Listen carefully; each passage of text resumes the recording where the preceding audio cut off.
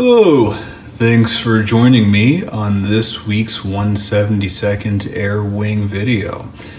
Today we have for review and comparison really 3 Joint Strike Fighters. I haven't seen anyone do a side-by-side of all 3 that are extant, as well as all 3 that HobbyMaster makes, so hey, why not throw these on the channel and get a comparison out there for those of you that hopefully will find some value in that. So to break it down, we've got all 3 F-35 variants here. So in 1/72nd scale, we have the F-35B over here, the F-35A in the back over here, and in front of the formation we have the F-35C.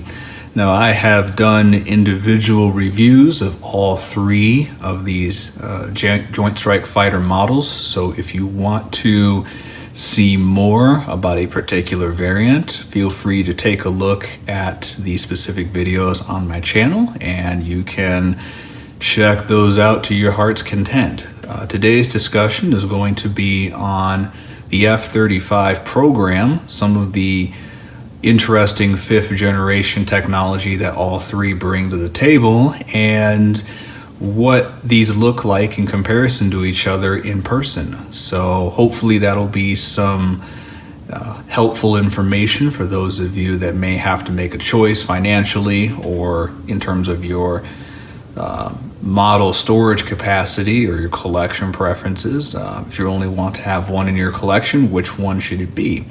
So if you're not in the enormously privileged position like I am to have all three, which one would you prefer to buy of all of them? So I'll get to that at the end of the video, but first, a little bit of interesting info about the F-35s. So I talked to the individual technological differences between the variants. For example, the F-35A in the back of the formation here has an internal gun. These two versions do not. These two carry their guns in a pod underneath the fuselage. But the other benefit that the other two variants here have are this one has larger control surfaces, so you have larger tail and a larger horizontal stabilizer, as well as larger wing than the other two.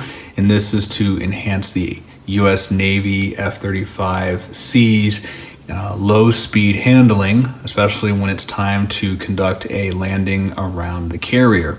The F-35B over here has a vertical takeoff capability, which is enabled by the inclusion of a lift fan that is driven by the F-135 Pratt & Whitney engine, an engine which is otherwise shared between all of the three Joint Strike Fighter variants.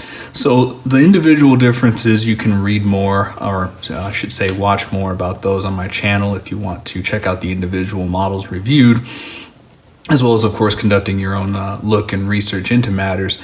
But I'd like to talk about some of the technology that all of the F-35s enjoy. And one of them is the DAS, or the Distributed Aperture System. So similar to what you might find on a modern luxury car, the cameras on the F-35 are 360 degrees, and they allow you to look through the airplane.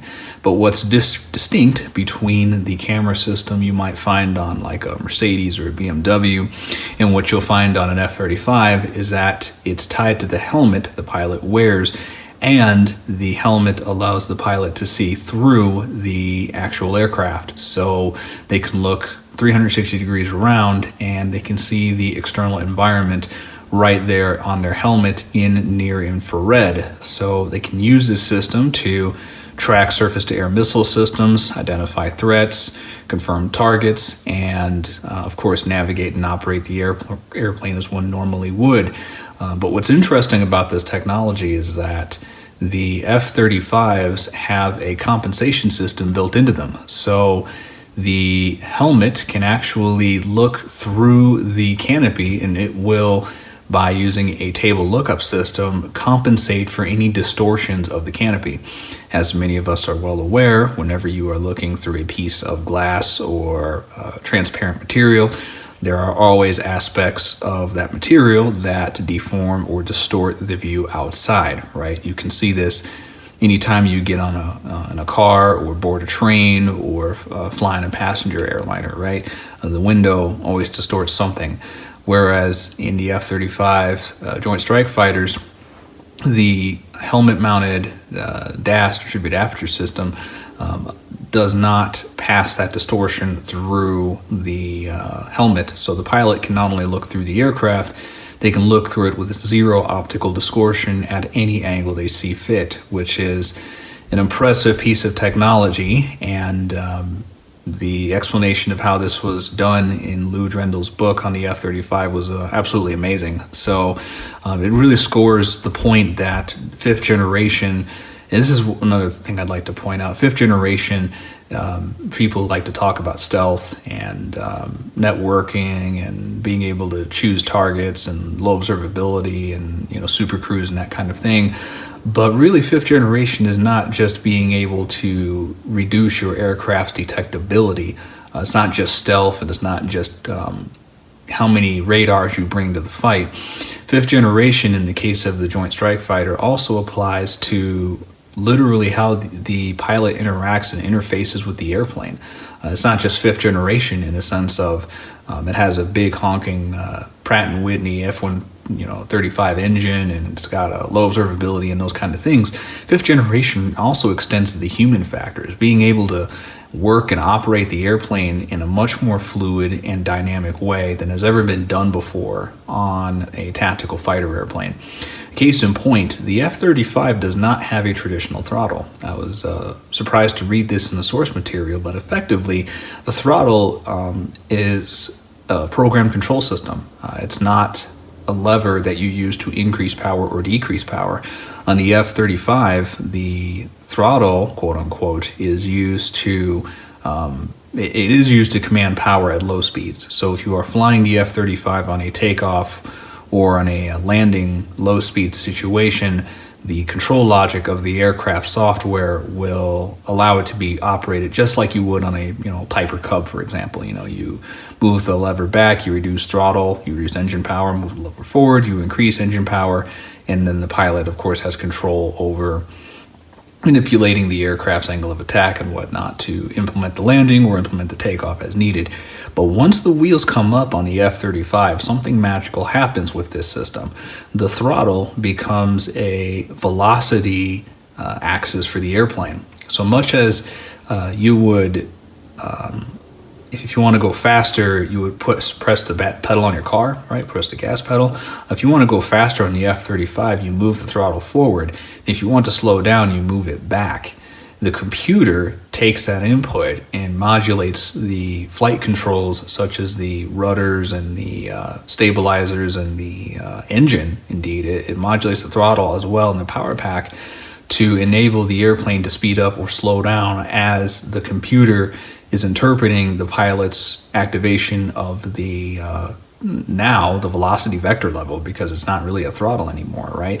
So a test pilot once said in the publication I read on this that if you're on the ground and you were hypothetically to engage this control logic, the airplane would move backwards because that's what the velocity vector lever does. It commands the aircraft to go faster or go slower, and that's it. And that, of course, allows for a much more direct control interface with the airplane than something more traditional where the pilot has to interpret the throttle with the engine and correlate the engines with where the airplane's airspeed is and correlate that with the angle of attack, and then mentally figure out how much or how little throttle they need to move it by to get more engine power to increase or decrease speed as needed. That whole control logic for the pilot is taken out of the equation, and it's handled by the software. And that really is a shall we say, a fifth generation way of looking at things.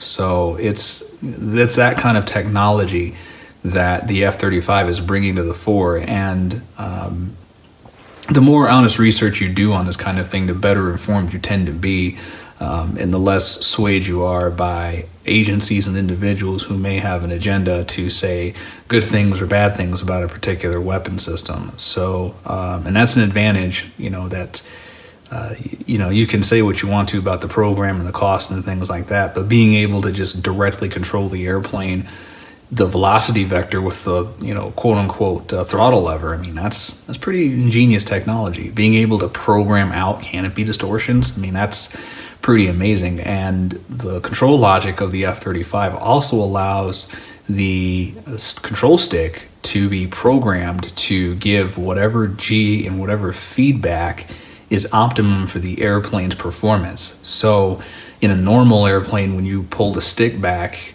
there's a fixed level of performance that the airplane will give you based on, of course, the aerodynamic factors we all know and love, right? Angle of attack, airspeed, et cetera, et cetera. But the F-35's control stick can be programmed literally almost as directly as you would like a Thrustmaster stick for DCS. You can, Lockheed Martin is able to, with the software, adjust the parameters of when the control stick can command G, how much G to pull, what the velocity vector correlates to with that, how much roll rate to command. I mean, they can control all of that through the control stick and interface that in a way that is much more dynamic than has ever been done on a tactical fighter system before, even something like an F-16, which itself uses a fly-by-wire control system. So, and of course, this is very helpful when it comes to controlling something like the F-35B, which uses a vertical, velocity vector / throttle to enable the pilot to decide how high off the ground they want to hover. And this mode is enabled literally with the push of a button, which is a vast improvement over the VTOL or short takeoff and landing control systems of previous aircraft, like the Harrier, which at one point had the highest accident rate in the entire U.S. Marine Corps tactical aviation side of things, because balancing the aircraft manually was just that. You had to balance the wind direction, the nozzle direction, the adjustment of the nose and side, stabilizing air puffers. And if you got the mix wrong, or if a wind gust came up or some unexpected event happened, or you lost or if you lost one of the pointable thrust vectoring nozzles, or any of those things happened, or you had ground effect, you'd have a Class A incident. And that's unfortunately something that took the lives of quite a few Marine Corps aviators. And I'm sure that's the case for the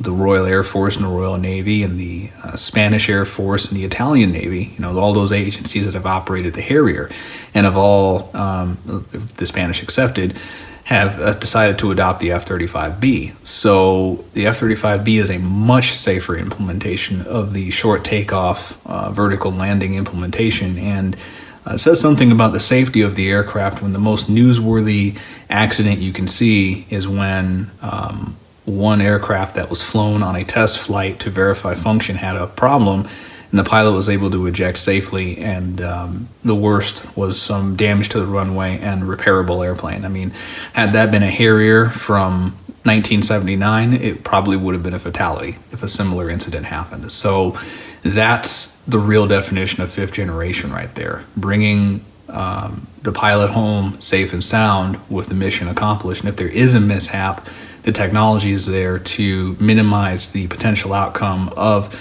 an accident or damage to the airframe as well. So with all that, we'll shift to the models themselves. Now that you all have a background a bit on some of the tangible advancements of what the F-35 is bringing to the table, let's compare these three models here. So we've got, of course, the Air Force version on the left, the Marine Corps version, the B model on the right, and the F-35C in the center front. Of all of these, I would say if you had to spend money on just one, I would honestly go with the F-35B. And I say that because even though the F-35A is the Air Force version, and therefore I'm biased to it being an Air Force veteran, and the F-35C just looks like something out of a Batman movie because those big wings and big control surfaces make this thing look like something that came off of the drawing board in Lucius Fox's Batman secret lair somewhere.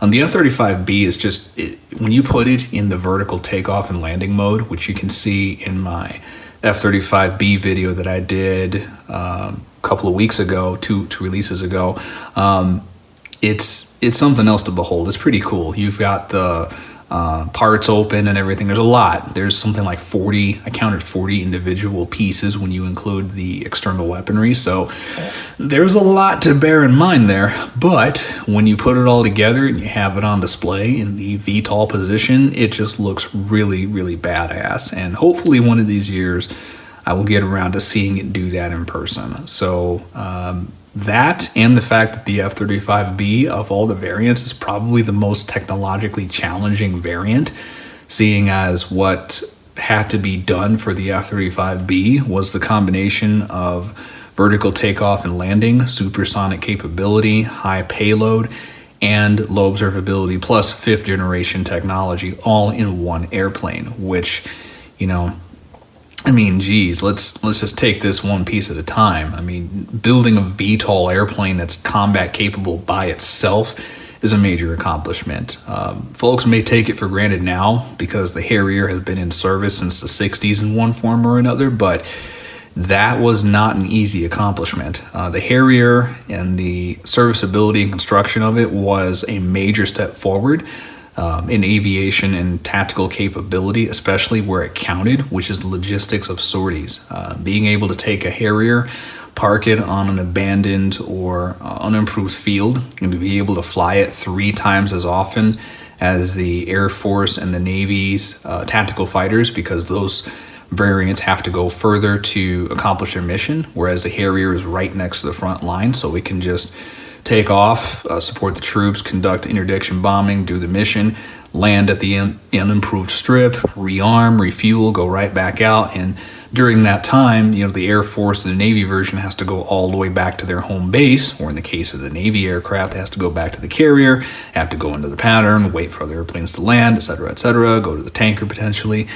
And then, you know, instead of doing all of that, the Harrier's shorter takeoff capability just cuts all that logistical fluff out of the equation. And it's a major logistical benefit to do that. It's not just parlor tricks at air shows. And to have a combat capable VTOL platform is, it's a major step forward aeronautically and logistically. So then to take that concept, which is already a major accomplishment on the part of Hawker Siddeley, Rolls-Royce, British Aerospace, and McDonnell Douglas in making the AV-8A and then later the AV-8B, as well as the Harrier GR5 and GR7 for the British side of things, to go from that to now you have the stealth, supersonic capability, long-range radar employment, and preservation of the short takeoff and landing capability, as well as the 5th generation networked and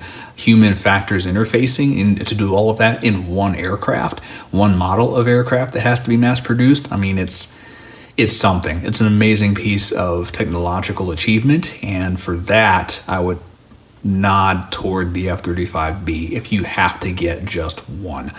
So again, be advised, there are a lot of parts with it. To get more scoop on that, please check out my F-35B video from a couple weeks back to get the close-ups and the in-depth look at that. But I'm glad to have it in the collection for that reason. So if I had to pick just one, that would be my choice. So with that, what would you all pick? If you had all 3 and you could only take one home, which one would you pick? Would you pick the Air Force F-35A, or the F-35B, or the Navy F-35C? I'm curious to what your thoughts are on which ones you would opt for. I'm just say right now that I'm enormously privileged to have all 3 in my collection, and I'm glad to bring these to you in video format. And hopefully this video will help you guys out when you are looking at buying one of these and adding it to your collection, or if you are so fortunate and have the means, as Ferris Bueller would say, if you pick up all 3. So thank you all for watching. If you haven't subscribed or you're new to my channel, please consider subscribing. That way you'll be aware when I upload a new video. I am sticking to a once a week Sunday morning schedule, so keep an eye out on your news feed. If you do subscribe, they'll get a little notification that YouTube will ping you once I upload a new video, and then you can check it out. All of the videos that I have produced to this point are of my own personal models. They are not sponsored content. I'm not a seller, a retailer. I'm not interfacing with any retailers. Everything you see here I have paid for and presented with my own money on the line. So incidentally, this is why I generally don't upload videos where I criticize the models, because if I'm buying it, I'm probably predisposed to liking it, or I wouldn't put my own money behind it, right?